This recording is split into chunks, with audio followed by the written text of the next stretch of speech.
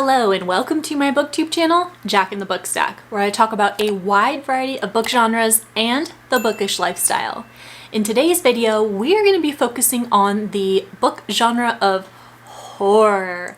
This is a newer genre that I've been reading over the years. I've never really liked horror books because I get scared super easily and I can't sleep. I've lived alone most of my life, so I don't want to be consumed by these scary thoughts.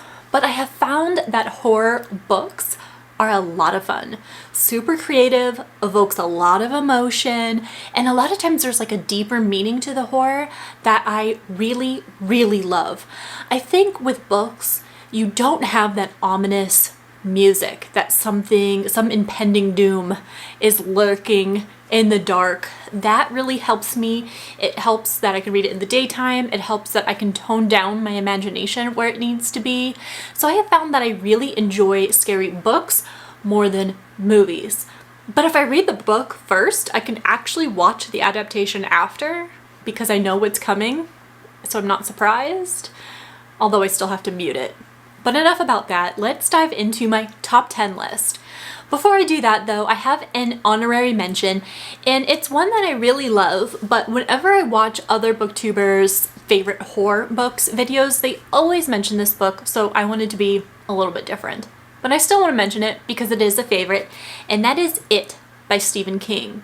What's so impressive about this book is really that we go so in depth with the world and the characters that you really feel the fear along with them.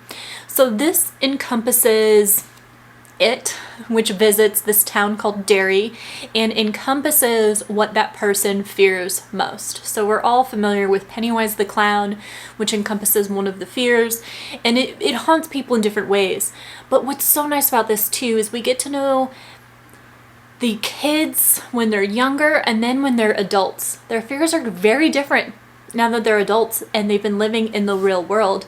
And it's so interesting to see how they deal with this in those different age groups.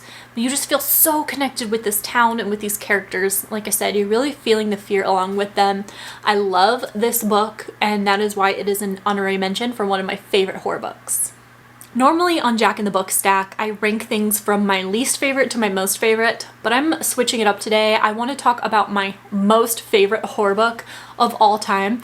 It was really hard to rank these 10 in order. It took me a really long time, but I never had to question my number one favorite horror book, and that is The Shining by Stephen King. I will link a video for you because I did annotate this on my second read of it. And I did a video on how I annotate Stephen King, including The Shining. But this is my favorite horror book, maybe because it's one of the first ones I read. I know I started off strong, but it was so terrifying. I remember I was reading this home alone. It was the daytime, but I was like sitting in a chair and my hair was like back like this, and I was looking down reading and my hair fell on my shoulder and I screamed and jumped through the roof because I thought something was touching my shoulder. It was right about that chapter, what is it, room 213, or one of the hotel rooms that's like particularly haunted. Yeah, scary.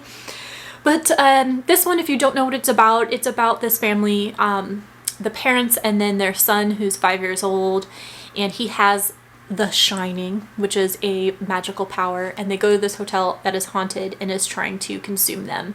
And something that I loved about this is, and something I loved more about the book than I did the movie, because I did actually watch the adaptation of this one. I was brave enough to do that.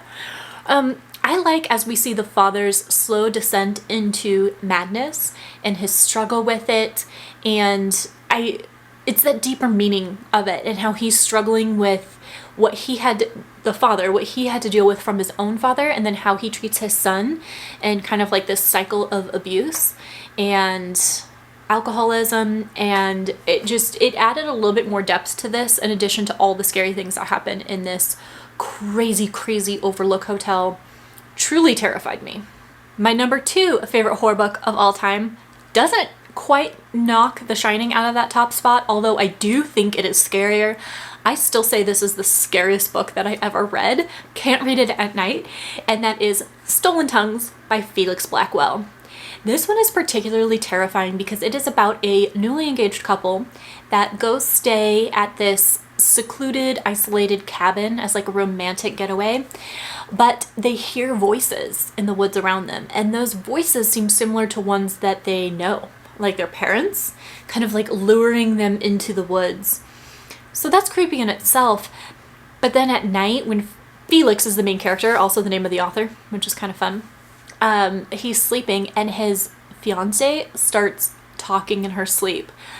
But she's clearly talking to someone else, and that someone else is standing right outside the window. Scary as hell. Even the prologue of this book, I was like, holy shit, I could not read this at night. Terrifying. Terrifying. Absolutely loved this up until maybe the last third of the book. So it doesn't all take place in this cabin. They do go home, and some of the horrors follow them home, and it just got really weird. I wish it had more of an intelligent twist. It was kind of silly, like the why behind the horror was kind of dumb, and that's really what like drops it from the favorites, because The Shining has that intelligence factor and this one was lacking it, but it was pure entertainment and thrills and scary vibes. My third favorite all-time horror book is one that captures both the scary things but also the intelligence factor, and that is Mary. This one is described as Stephen King's Carrie if Carrie was 50 years old and going through menopause. So Mary is about 50 years old and she's experiencing some really weird things, especially when she goes into the bathroom of the house. She sees things in there. Very scary things. And she tries talking to the doctors and they dismiss her as, oh, well, you know, it's just probably premenopause. This is the change of life and you're just going to have to get through it. And so nobody believes her. She's very used to being unseen by society. And so it's kind of like this, it's real life stuff, you know, both with how society treats aging women, but then also like how the medical field treats women in general and just writes off their symptoms to like menopause, stress, menstrual cycle, overall, like that's a very common issue. And so I loved that social commentary in addition to the scary things of what she's going through, what she's seeing, what she ultimately experiences. And the ending of this book got so wild. I'm actually really excited to reread this. I plan on rereading it in December if I have time. This is definitely on my list of things I want to reread because it was so scary. I was like tearing through the pages to see what would happen next, and I just want to slow down and savor it. But that is why Mary is number 3 for my favorite horror books of all time. You've got to know that Stephen King is going to dominate this list. And here he is again at number 4 with Pet Sematary. And again, I love this book because not only does it capture really spooky, scary, grotesque things, but also this deeper meaning, because what convinced me to pick up this book, which King himself says is the scariest book he's ever written, is that I heard that it deals a lot with grief.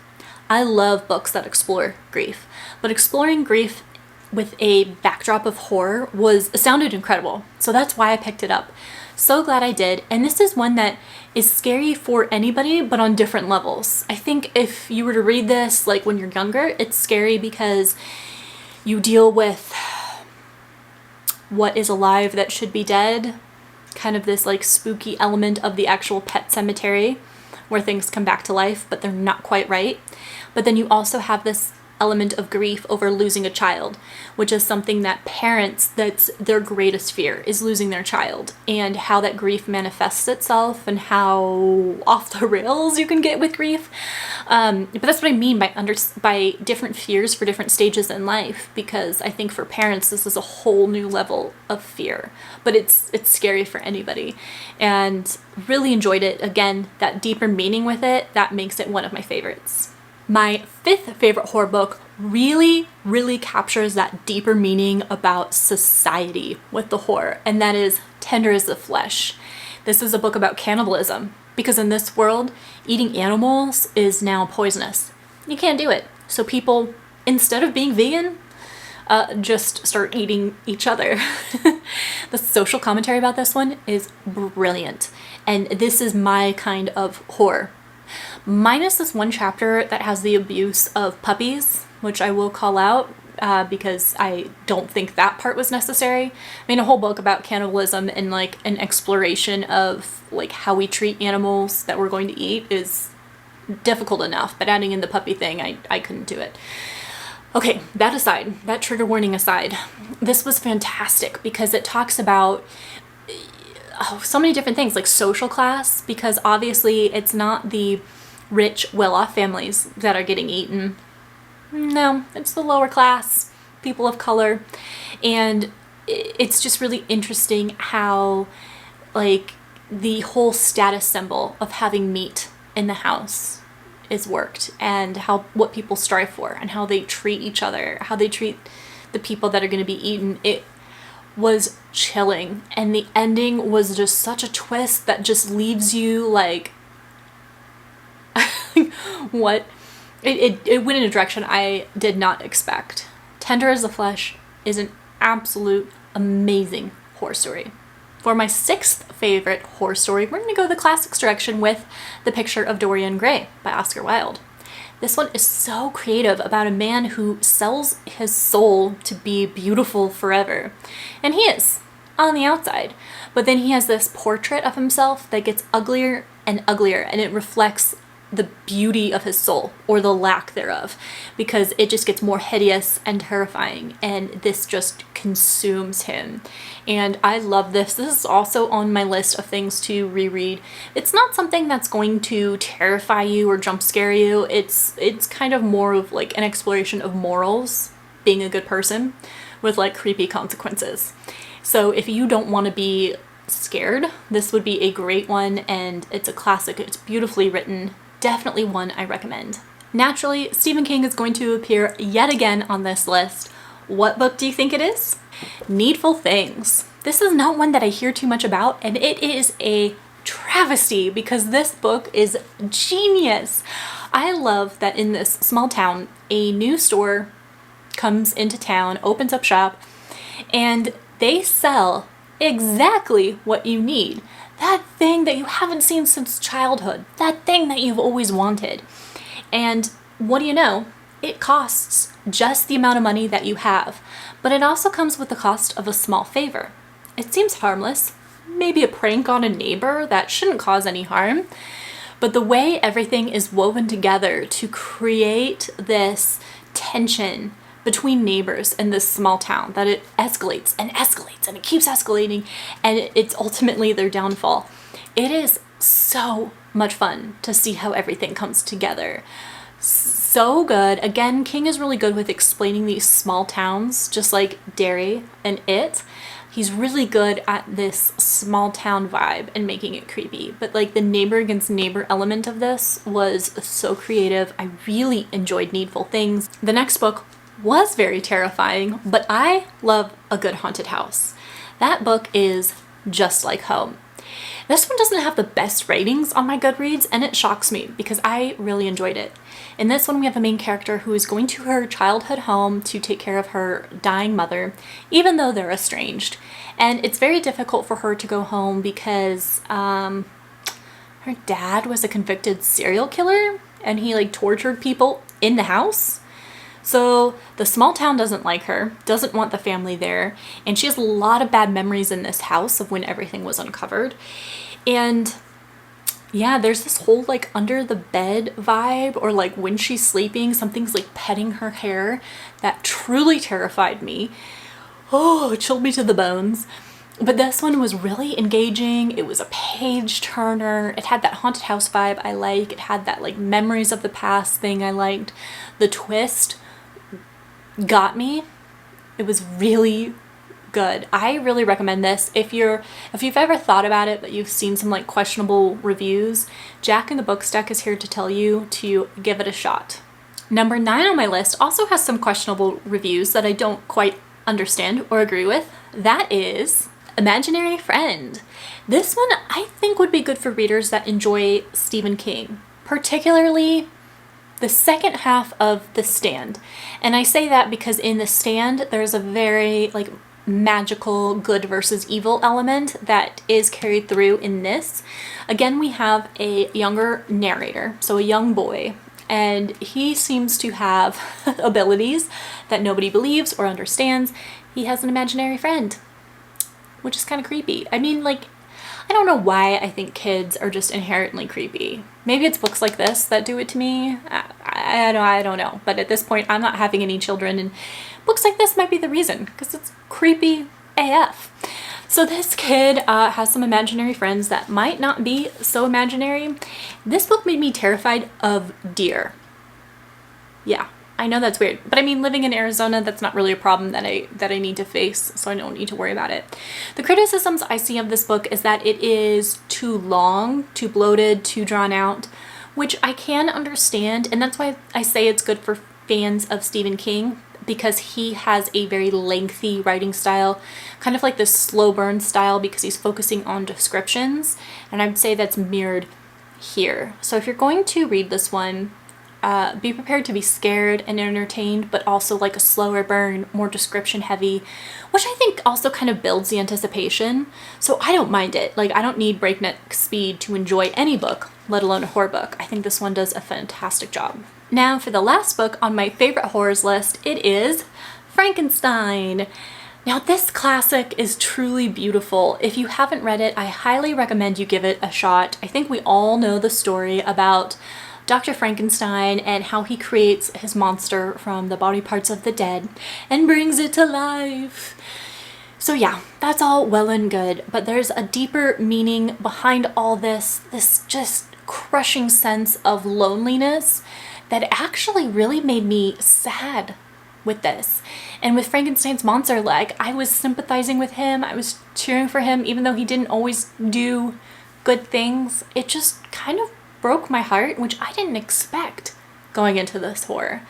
So with this one, I don't know if you're necessarily going to be scared, but if you like that deeper, not deeper meaning, but more emotional attachment in your books, this would be a great horror recommendation for you. And I mean, hey, it's a classic for a reason, and that's because it is breathtaking. Did I mention your favorite horror book? Please comment what that is down below, because I'm always looking for more recommendations, and I want to see what scared you or what you enjoy in your horror books. I really mentioned that I like a deeper meaning, whether it's emotional connection or something representing going on in society. I like if the horror has that intelligence spin to it. So that's why I really liked these books, in addition to the entertainment that they provide. Thank you so much for hanging out with me in this video. I hope to catch you in the next one.